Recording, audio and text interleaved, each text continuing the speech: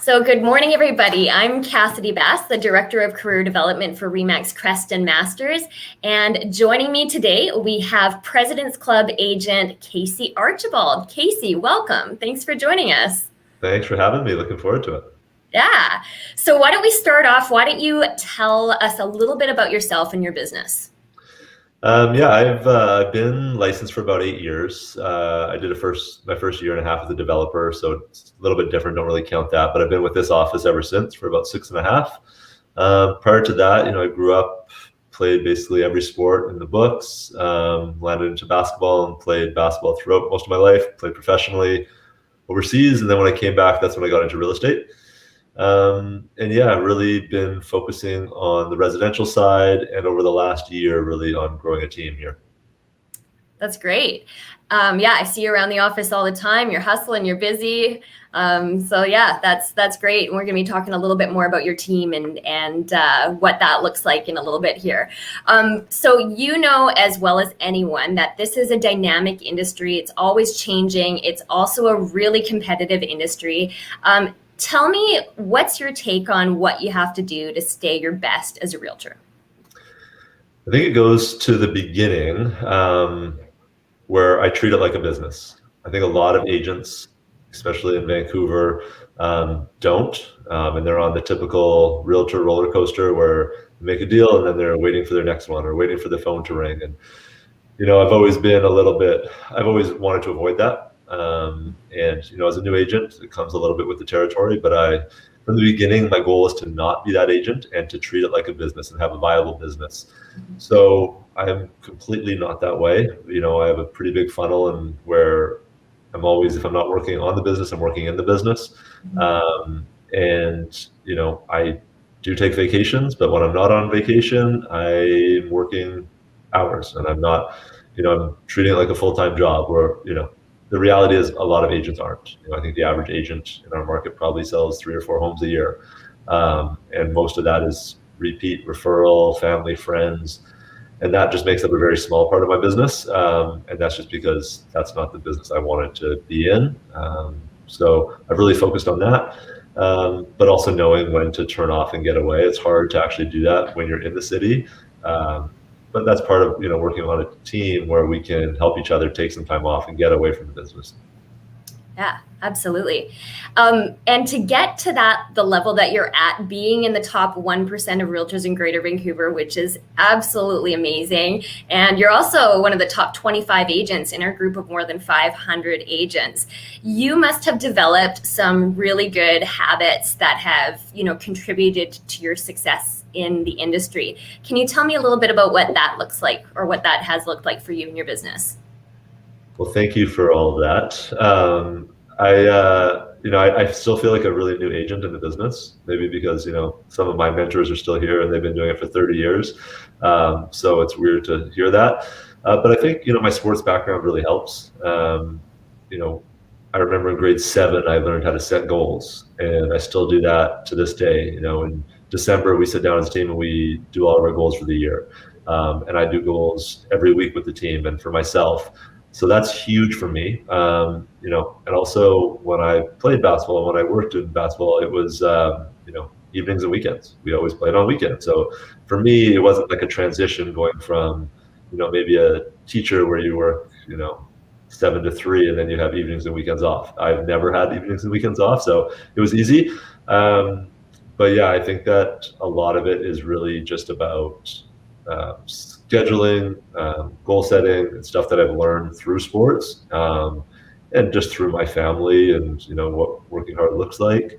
And when I'm not actively with clients, I'm not just like, okay, let's take some time off. I am, developing more systems and strategies and marketing and how to grow and how to develop a team and training. So, there's, when you first get started, it's hard to fill the days sometimes. And now it's like, I don't have, it's Thursday today and I have no idea what happened to the first 4 days of the week.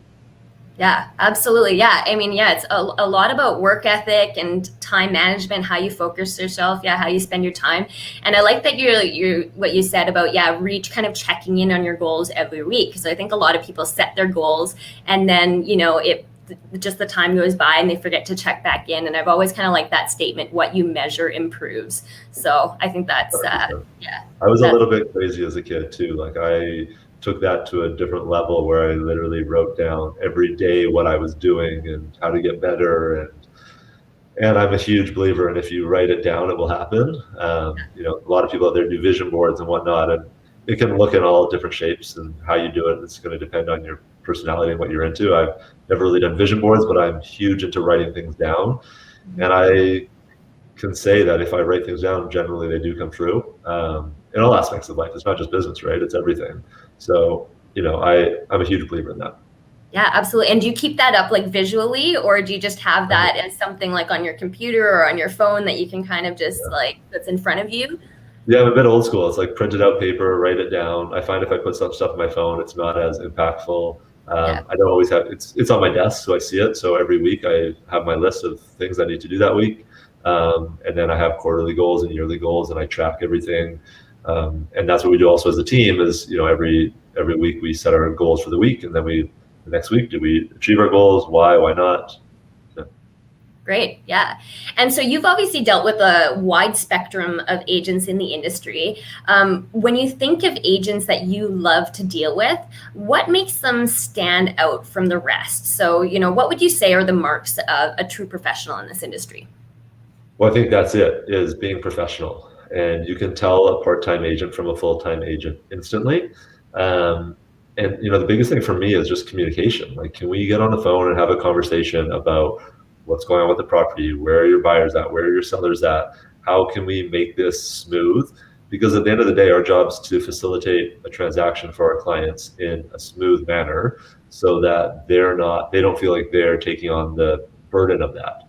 And if agents don't answer their phone, or they're not willing to provide things, or if they're brand new and they don't know what they need to provide, you know, if they don't know what documents they need to provide, if they don't know how to order strata documents, if they don't know how to get oil tank scans, and you end up doing that for them, you know, you can tell pretty quickly. You know, there's some agents in this business that are amazing, and every time you work with them, it's like a breath of fresh air. And there's other agents where, you know, they're, you know, probably doing a handful of deals a year, and they're struggling with it, and, you know, they may not be up to date on things. The other thing in this market, you know, open houses aren't really a thing right now, so it can be a lot. And if other agents aren't willing to cooperate with you, it can be challenging. You know, for me, if I have a listing and you're an agent and your buyer wants to see it and you're booked up and you can't make it, I'm going to show them 100% of the time. I'll be friendly and I'll be inviting, and, you know, it's my job to sell the place. You know, some agents aren't willing to cooperate with that. And in this market, you know, there's very limited time slots, so it's challenging.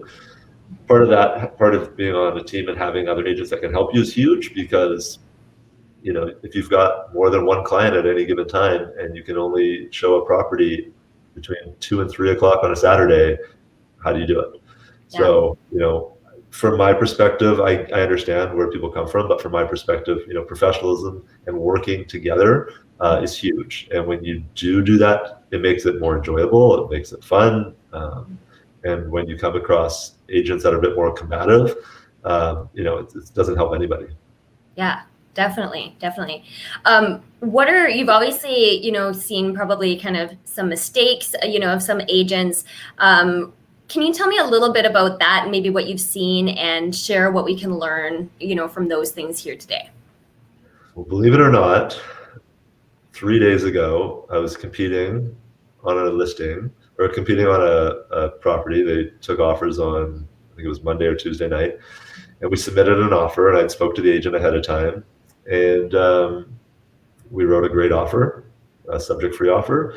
And when I followed up to see what was going on, he called me and he said, I made a mistake. I sent the wrong offer to my clients to sign. And I said, okay, well, you know, you just rip it up. You haven't sent it back, like, send them our offer. And he said, no, it automatically went from DocuSign to the buyer's agent. So that was like a huge screw up on an agent's part. It also wasn't fun for me to explain that to my buyer, saying, hey, you didn't get this property because of a mix-up. That's probably the biggest thing I've seen. But you see things a lot when it comes to what to disclose, what not to disclose. I think especially when it's their first time doing a transaction, they don't really know how to handle it. or with stratas, what are issues that are going to come up and what should you disclose and whatnot. Yeah, that's the biggest thing I would think. You see a lot of mistakes, people just working with buyers, not understanding how to explain things to buyers or explain things to sellers and how to navigate the market. But when I'm working in it with another agent and we're doing a deal, those are the things that I mostly notice. Yeah, right. And I guess, for someone new coming into the industry, I mean, it's such a complex industry. There's so much to know and so much to learn. And that's why, like, we start our new agents, either with a mentor who's been there and done it, for many, many years, that can make sure that for those first few deals with, a new agent, they're not missing a single step and they're doing like the best, service for their clients, right? Or, same thing if you've got mentorship, through a team, which is obviously, something that you provide so that, yeah, you're, the new agents with you are going to be doing a great job. So. And that's the thing. I mean, even for myself, every deal, there's a new complexity and you can't prepare for it. There's always something different. No matter how much training you have. Yeah. There's always something different. And, as much training as you do, there's going to be a different hiccup at some point. But the more knowledge you have, the better way you know how to navigate it and to help your clients sort of deal with it. Because there's certain things you just can't prepare for. Yeah, absolutely. Yeah. And what I always, tell new agents when they're getting started is, don't worry about, paying a mentor or anything like that, because, if you focus on doing things right, the money will follow, For sure. And I think at the beginning, when you're a new agent, it's all about, you're trying to learn as much as you can, as quick as you can. Because the last thing you want to do is be a new agent and your best friend just starts going out looking for a house and you screw up along the way. Right. That would be horrifying. So it's important that you either have a very good managing broker that's available, or you're with a team where you're getting proper training, because the beginning, the real estate course is mostly a barrier to entry. You're not really learning what you need to know to be successful in the business. You may learn some terminology or how to calculate a mortgage, but you're not really learning what you need to do when it comes to getting clients and transacting with clients and writing clauses and all of that. Yeah, exactly. Now, you seem to have a large pool of buyers at all times, which is great. Where does that come from?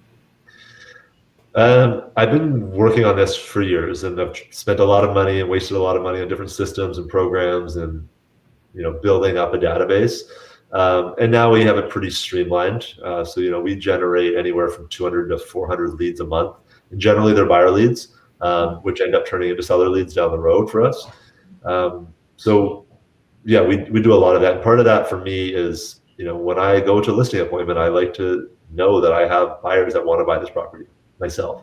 And that gives me more sense of the market. If I'm only working with one person at a time and they happen to be buying a 1-bedroom downtown, when I go to a listing appointment for a house in East Vancouver, I don't really know, are there a lot of buyers looking for this? Right? Where when we're working with a variety of buyers all over the market, we really have a good sense of the market. So yeah, we spent a lot of time and money building this up, and now it's something that I'm proud of, that we've got a big pipeline of active real buyers out there, and it's great for the team because it gives them something to work on right away, gives them people to follow up with, and yeah, that's the biggest point of our team, I would say. A lot of teams, I would say, really focus on sellers, and it's just seller. For us, we're probably 70-30 buyers, maybe 60-40 on the buyer side, which is, I think, rare for if I'm selling 60-70 homes a year, it's rare to be that heavy on buyers, but it's how I built my business, and I don't know, I enjoy it. Right. Yeah. And can you dive into a little bit more about like how those leads kind of come about? Like, so you're doing I know that you're doing kind of some ads and that sort of a thing. Yeah. A variety of ways, mostly online. We get, the sign calls and the, referrals and all of that. But most of those leads come from Google ads, Facebook ads, the internet, basically. And they come in and we have automated follow-up. So text, emails, to try to qualify people that come in. But yeah, it's mostly online leads, and we've got it down to a very low cost per click. I think it's the best in the business, and yeah, we've got what I think is the gold standard of the CRM, and that really helps us be successful with them. Right. Yeah. So your CRM does a lot of that for you. And how did you learn about like how to do the advertising and all of that? Do you have somebody that does that for you and helps you with the ad stuff, or did you learn it yourself? No, I mean, I know a little bit about it, but I outsource all of that. It's for me, it's not the best use of time, I don't think, to do all of that. So we hire that all out. And, I'm still playing around with some more personal stuff that we would do in-house. But in this market, it's hard to find time to do that. So really just hire it out. And yeah, we've got it all dialed in now, so we don't really need to touch it. We can tinker with things a little bit if we want, or we don't like how things are performing. But really it's done for us. Right. Nice. Yeah, that's great. And so a couple questions about your team. Can you tell me a little bit about the kind of agents that you're looking for when it comes to adding members to your team? And the second part of the question is, how do you help those agents, those team members, be successful? Yeah. I'm open to a variety of people. For me, the biggest thing is, are they a good culture fit? Because we meet every week and we want to make sure everybody's, getting along well and a good culture fit. And, if I'm busy and my clients go out with you, I want to make sure that you're representing them well and that they're going to feel very comfortable. So that's the biggest thing for us. I've had some agents that have been in the business longer and some that are brand new and have never done a deal. I find sometimes older agents maybe a little bit more jagged towards the industry, maybe a little bit less willing to learn and adapt. But at the end of the day, it really depends on the person. If they are willing to learn, if they have a good attitude, if they are wanting to dive in and work hard, then I think it would be a great fit. Part two was, how do we make them successful?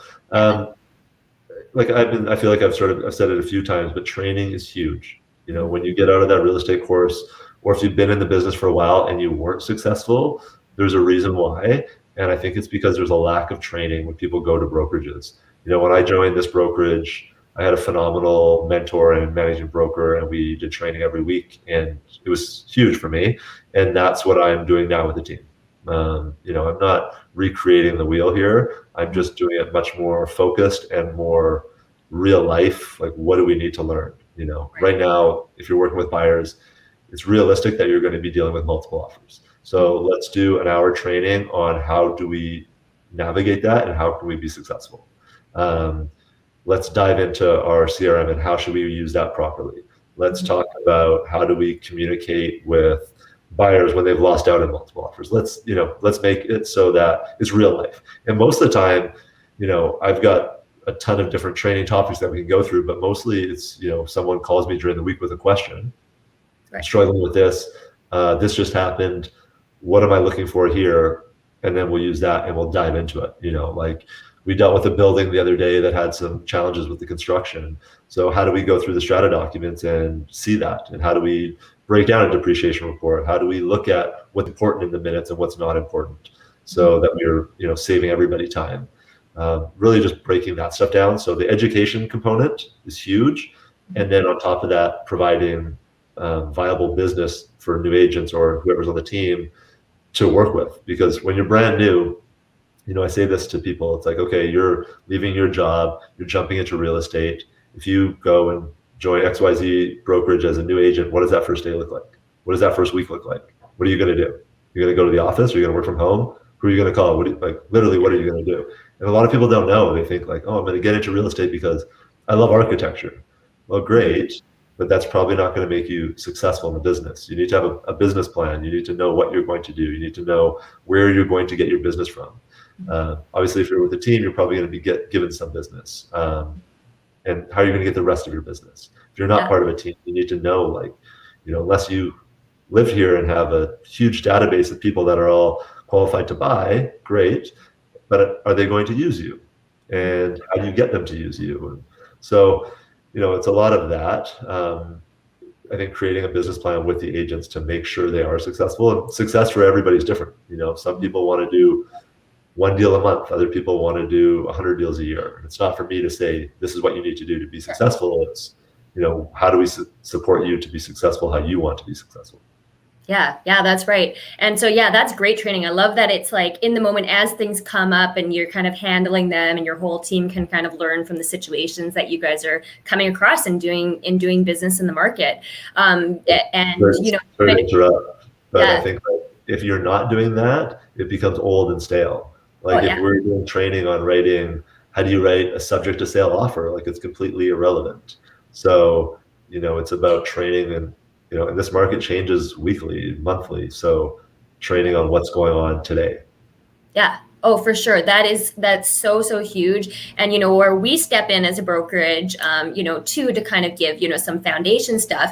For those of you watching, we've got like basically kind of like a business in the box professional development program that goes over how to set up your business, how to run your business, how to establish your weekly schedule, how to pay yourself. And then it moves into, creating a whole marketing plan for your business and, how to spend your time management, that sort of thing. And then dives into, creating a value proposition for your buyers and how to convert online leads and, all these sorts of things. So it's a really good kind of foundation that, the agents that are, for example, coming on your team, can have. And then, you building on the real life stuff, as it comes up is huge. And that's so important. Like I remember I did all of that when I first started, and it was huge for me. And, you take what you want out of everything, and then you adapt it to how you want to run your business. If you want to go door knock, there'll be training on that. I've never done that. That's not for me. But if it was, I know where I would get that training, right? So everybody's going to everybody runs their business totally different. And it's important that however you run it, it's going to be successful. And if you're coming into the business with a lot of savings, maybe you can spend money doing things. And if you come in with no savings, maybe you need to do the door knocking or whatever. So it's about using that training or whatever training you're getting to fit your business. Yeah, that's right. Yeah, we usually say, want to have like at least, 4 to 6 kind of sources of business kind of coming in and, really dial in and choose based on what your personality is and how you see yourself building your business, and then really dial in and get good at those things. The other thing I was going to throw out there too, that I think is super important is like our office meetings that we have. So, we've got regular office meetings where we've got, top agents sharing what's going on in the industry. And then we're also bringing in like timely speakers to talk about, different topics. Like next week, we've got someone, I think it's Laura, coming in to talk about like all the tax implications for your clients. So understanding that speculation tax and vacancy tax and foreign buyer tax and all of those different things that are, somewhat new. So, I think, for us, like we track our new agents who are attending those meetings, because if they're joining our office and then we don't see them at these sorts of things, then that's, that's a big red flag for us. We want to make sure that they're participating in all that stuff. And, for most of our new agents, we get them started with that even before they're licensed, so that they can kind of get the lingo and start to kind of get a sense of the industry and how it works, which it's certainly a big learning curve for sure. Yeah, it all comes down to training. It's all about the more you know, the more successful you'll be. Yeah. And it's important to do it. Like even, I attended one a few months ago about the insurance increases, because things are always changing. The government's always, changing things on us. So if we're not learning, we're going to be irrelevant. So, yeah. Yeah, so true. Well, Casey, thank you so much for sharing with us your strategies for success. If anyone is interested in joining your team, I guess they can reach out to you or myself. I also, meet with all of your team members before they come on board, and we can kind of take it from there. Sounds good. Thanks for having me, Cass. Awesome. Thanks so much. Have a great day, Casey.